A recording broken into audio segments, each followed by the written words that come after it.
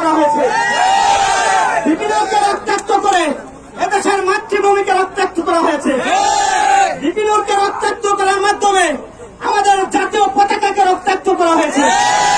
সংগ্রামী সাথী বন্ধুগণ, আমাদের শরীরে এক বিন্দু রক্ত থাকা পর্যন্ত আমরা এই হামলা কোনোভাবেই মেনে নেব না। এবং আপনারা দেখতে পাচ্ছেন, গতকাল দেখেছেন যখন বিপিনুরের উপরে হামলা হয়, বিপিনুর রক্তাক্ত হয়, তখন আমাদের নেতাকর্মীরা যখন বিপিনুরকে হাসপাতালে নিয়ে যায়, সেই মুহূর্তে এই সেনা সদস্যরা আমাদের কার্যালয়ে ঢুকে হামলা ভাঙচুর চালিয়েছে। তীব্র নিন্দা জানাই। আমরা অতি সত্বরের বিচার দাবি জানাই। অতি সত্বর যারা এই হামলার সাথে জড়িত, জাতির সামনে তাদেরকে উন্মোচিত করতে হবে, তাদেরকে অতি সত্বর বিচার করে কঠোর শাস্তির আওতায় আনতে হবে। জানি না প্রশাসন এই হামলার মাধ্যমে কি মেসেজ দিতে চায়। আমরা তাদেরকে স্পষ্ট একটা মেসেজ দিতে চাই। আমার ভাইয়ের উপরে হামলা করা হয়েছে, আমার ভাইকে রক্তাক্ত করা হয়েছে, আমাদের গায়ে রক্ত থাকা বিন্দু মাত্র রক্ত থাকা পর্যন্ত এই হামলা আমরা মেনে নেব না। জবাব দিতে হবে। সেনাবাহিনী যদি মনে করে তারা সর্বে হয়েছে, আমরা দিতে চাই। এই হামলার দাঁত ভাঙা জবাব দিবে। প্রতিটি ঘরে ঘরে এই আন্দোলন ছড়িয়ে পড়বে।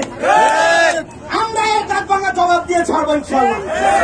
অতি সত্বর আগামী 24 ঘন্টার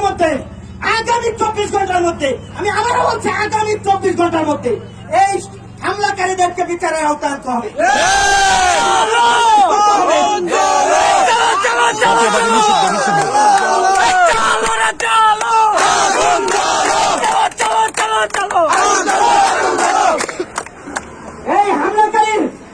এই হামলাকারীকে সামনে এনে বিচার করতে হবে, তাদের নাম প্রকাশ করতে হবে এবং জাতীয় পার্টিকে বাংলার জমিনে রাজনীতি করার কোন সুযোগ দেওয়া যাবে না।